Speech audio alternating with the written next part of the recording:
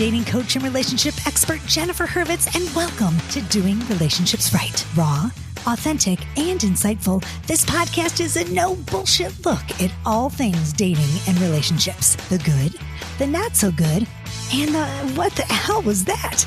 No worries, I've got you, and we'll figure it all out together without taking ourselves too seriously here on Doing Relationships Right.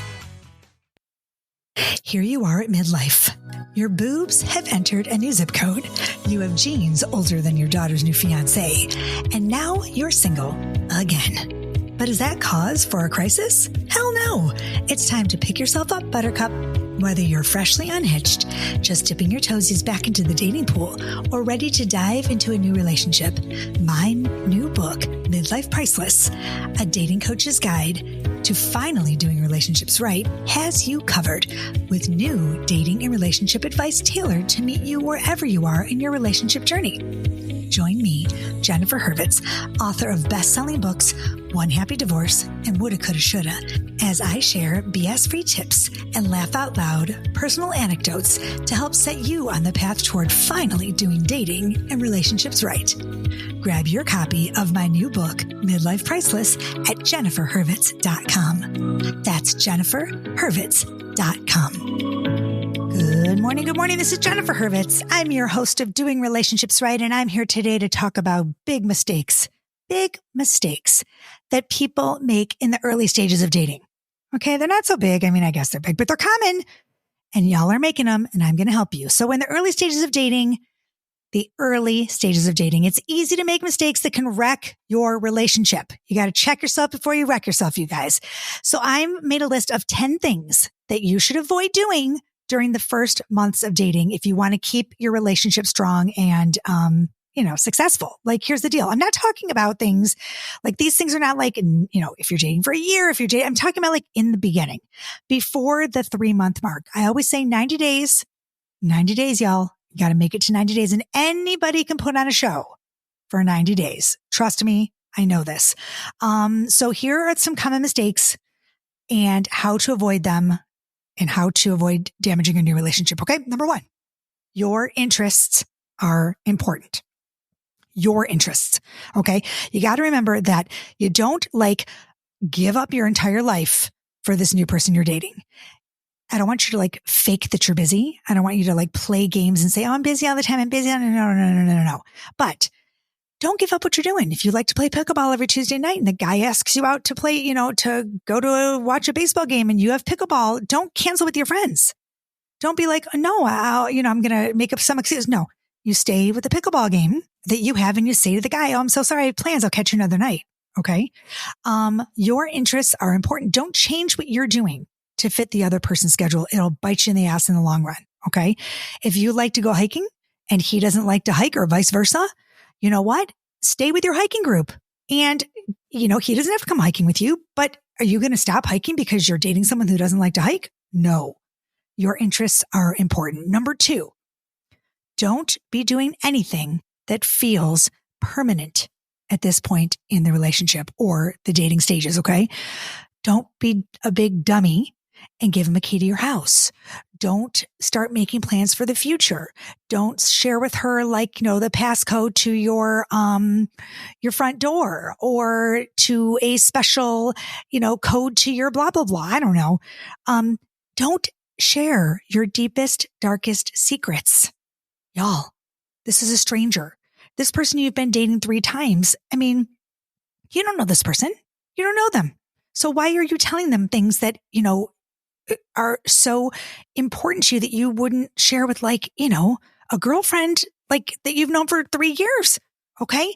And for God's sake, please, for the love of all things holy, do not send anyone that you've not been dating for longer than at least 3 months nude pictures of your body. I don't care if you cut off your face. I don't care. Stop sending nudes. Stop doing the sexting. Been there, done it. I have clients that have been there and done it that have regretted every nude they've sent. They've also, I'm just saying, they say sexual things, they sext back and forth, and they wish that they never did. It opens a whole other Pandora's box to things that are just, please, just don't do it. Please just don't do it. Okay. Oh, yeah. Where am I? I'm getting all verklempt. 1, 2, I made a list. 3, avoid actions in early stages of dating. Avoid actions that feel controlling either way. Okay. Avoid stalking them on social media. Okay. Now let me just tell you this. People know. You know when someone's looking at your social media, if they're orbiting you, right? You can tell if they like your stuff. If you're on LinkedIn, you can see, unless you have a premium account. Sorry, I can't even speak today. Don't overstock. That's first of all. Don't overmessage them. That looks controlling. Don't, ask questions like, what are you doing? Where are you going? Where have you been? Asking questions about their whereabouts. What are they doing next week? And stop questioning their actions. Oh, well, you didn't say you were going there, or, well, I don't know, like, you said you were going to such and such. Why did you end up going to where? Like, those things are like super controlling. And nobody likes to be controlled, especially that early on in a relationship. It feels funky. Like it makes the hair on your neck stand up. It should. If someone's asking you questions about your whereabouts in the first month you're dating, or questioning, like why you did something, or why you didn't do something. Which leads to number 4, don't ignore the red flags. You can't change red flags, y'all. If they're red, they're red. If they're pink or beige, which is so stupid, but if they're pink or beige, take a little time to see. Red flags are red fucking flags. Okay. I've ignored red flags, and I'm telling you, it has just bitten me so hard in the butt. I knew they were red flags. I said, oh my God, I made excuses. No. He has a horrible ex-wife, or he's just in a bad place, or I can fix him, or I can make it better. No, fuck that. You can't. It's a red flag. Please just get out of it. Get out of a relationship at the beginning so you can, find a person who is right for you, or that doesn't waste your fucking time. If someone is, emotionally unavailable, you're going to know it. You're going to know it in the first month. Look for the signs. Okay. We know the signs. If they say they're too busy, if they cancel plans, if they're not showing up for you, watch their actions. Okay. We're not worried about the words. Watch their actions. Number 5, I'm going so fast today. Isn't this fun? Number 5, stop comparing them to the last person you dated. Okay. Cause in your head, if that last person you dated was someone that you really, really liked, they're never going to measure up. And if it's someone that you really, really didn't like, you're going to be looking for the nitpicky things that person did. Oh, well, that's a trigger for me. I stopped doing that. That's a trigger. And I can't stand that either, because you can't blame the next person that you're dating for the stuff that bothered you in the past. Yes, of course, if something triggers you, you're going to mention it. Like, you know what? This is a trigger for me, but it's a trigger for you. It's your trigger. So as you get into dating, you'll share it, but not in the first month. Not in the first month. You're not going to sit down a second date and say, just so you know, if you use this kind of tone of voice with me, I will be triggered. I mean, no, please. Just have fun. Dating is supposed to be fun, and you just learn about each other, and you laugh and you tell jokes and blah, blah, blah. Oy vey. Okay. That's number 5. Number 6, set boundaries and keep them. If you have boundaries, like, no, you're not meeting my kids. I said you're not meeting my kids. Okay. Or this is when I feel comfortable, meeting you in a public place. Like, I feel comfortable meeting you for coffee, but I don't feel comfortable meeting you for dinner yet. If they push you, if the person is, kind of like giving you shit about it or making fun of you, like, oh God, come on, you're kidding. That's not your person.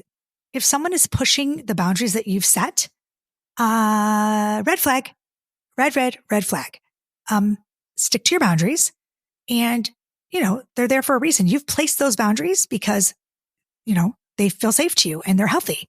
And if you've set healthy boundaries and someone else is pushing them, bye-bye. Number 7, take your time, y'all. Take your time, please. Please. I know that sometimes in the beginning of a relationship, it feels so good. And it feels so real. And oh my gosh, you have so much potential. And you've made this person like this idea of this person in your head. And you've put him up on a pedestal, and she's fabulous and gorgeous and so funny and smart. And guess what? take your time, because there's still going to be all those things in 3 months or 4 months or 5 months if the relationship is right. If the person is right, nothing's going to change. They're still going to be that person. But at least you've taken the time to see if you work together. Okay. Someone can be all those things on their own, and you can be all those things on your own, but together you just may not work. You may not be compatible. So take your time and see.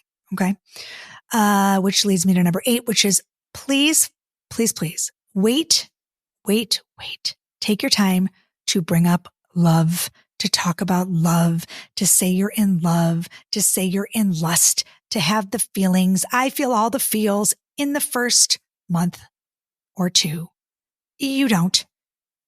Trust me. You are not in love with the person in the first week. You are not in love in the first 3 months. You may be in lust. Sure. You may have some feelings that are, chemically induced, oxytocin and dopamine, and that rush of hormones that you feel when you're hot and turned on and bothered by someone. Chemistry is there. You feel all the feels, but that is not love. Do not mistake chemistry and that rush of yumminess for love. You'll be very, very disappointed, if it doesn't continue. So check yourself before you wreck yourself. Number 9, I'm almost done. Hope you're listening. Number 9, stop making assumptions and creating narratives about everything. You only know what you know. I tell my clients this all the time. You don't know what the other person's thinking. You have no idea. We can sit there and we can go over and over and spin out.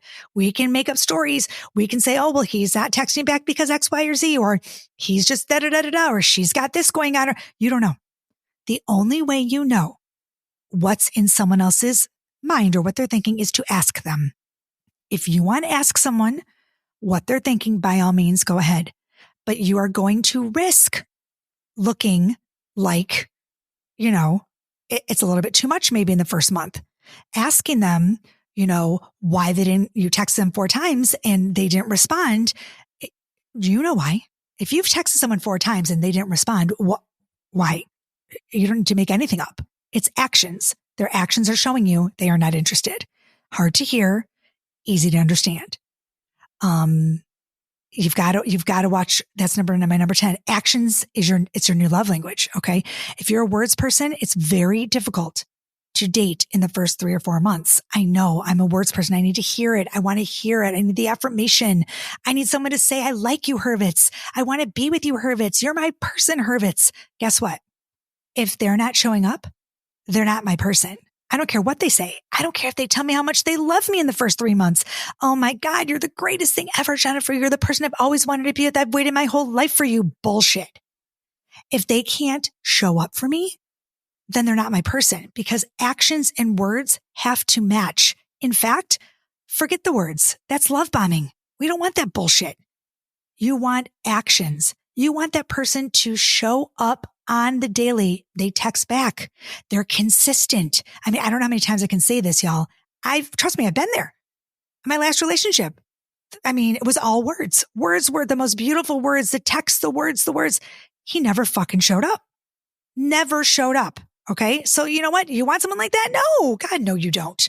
Okay. Now look, new love interests, they sound convincing with their words. Their actions ultimately speak louder than anything they say. Stay mindful of the actions. Okay. They can oftentimes, new relationships, women and men can use deceit to get what they want. Love bombing can happen both ways, men and women. We know this. Are they attentive between dates? Do they keep in touch? Do they put down their phone and focus on you during a date? Asking about your interests, your hobbies, your goals. These are the behaviors that let you know that they want to be involved in your life. Okay. Do they make plans with you the next, you're on a date and they're like, I'd love to see you next week. That's a sign. I'm not talking about the future. Okay. You're not going to talk about the future and calendarize next Christmas, we're going to be together. That's no. We're not going to do that. We're not going to, that's a little bit, no, that's not what we're going to do. But asking for plans the next week, if you've had a good time, texting after a date, saying thank you. All of those things are super important if you want your relationship to move forward and be successful. Okay. But just take it slowly. You can always add information, but you can't take it away. It's something I share with my clients all the time. Once it's out there, once you've opened your mouth and you put it all out there, it's out there. You've left a footprint. Remember, this person is a stranger.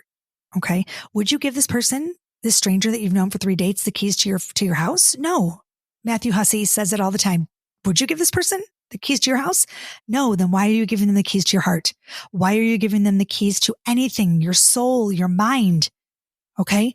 Remember, they're a stranger. Even if you think you're in love and this is the one, the rose colored glasses will come off, and somewhere, okay, they'll come off around 90 days. And then what? Okay. Avoid jumping to conclusions, avoid making assumptions, and avoid making a serious commitment too soon, to avoid heartbreak. That's all I have to say. Okay. If you want to avoid heartbreak and you want to have a good, solid foundation, and you got to move slowly. I have clients that come to me and, we're talking and they're like, I went out with this guy and we went on, 3 dates and he's the one and I just know it. And he texts back, and have you slept with him yet? Because when you sleep with them, he's not going to text you back. He's just not. And if he does, it's a rare occurrence. Okay. Most of these people, especially, I'm going to say it. I'm just going to say it. And I'm going to get pushback for this. Men who are divorced, 40s, 50s, 60s, they're not looking. A lot of them are not looking for a long-term marriage. They don't want a marriage. They want a date. They want to date. They've been married. They've done that. And they're looking for a commitment, some of them, and they want to date one person, but they don't want all the agita and bullshit that comes along with it. Okay. So ladies, check yourself before you wreck yourself. Do what feels good, but don't do too much. That's all I got to say. I mean, it's easy peasy, rice and cheesy. 15 minutes with me today in this Just Jen. One thing I wanted to share on January 20th in Charlotte, if you live in Charlotte, at Carmel Hills Country Club, I'm speaking about menopause, midlife, midlife priceless, how menopause, all that good stuff, menopause, and there are going to be doctors there and lots of great people. And I don't know, it's going to be a great thing. It's from your midlife. It's, oh God, I can't even remember the flipping name of it. Jennifer, for the love of God. Your marvelous midlife is presenting hot flashes and cool conversations. Okay. So come join me. We're going to, help change the way you view the change of life. Okay. We want to make it cool to talk about menopause. We have, important issues concerning menopause. Doctors and experts will cover topics such as, what are the symptoms of menopause? What are treatment options? How long do menopause symptoms last? What the heck is menopause? What is really going on with my body? Exercise, nutrition, fashion, and more.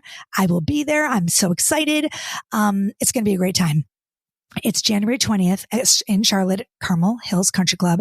You can find information. I'm going to leave the ticket sale information on my show notes.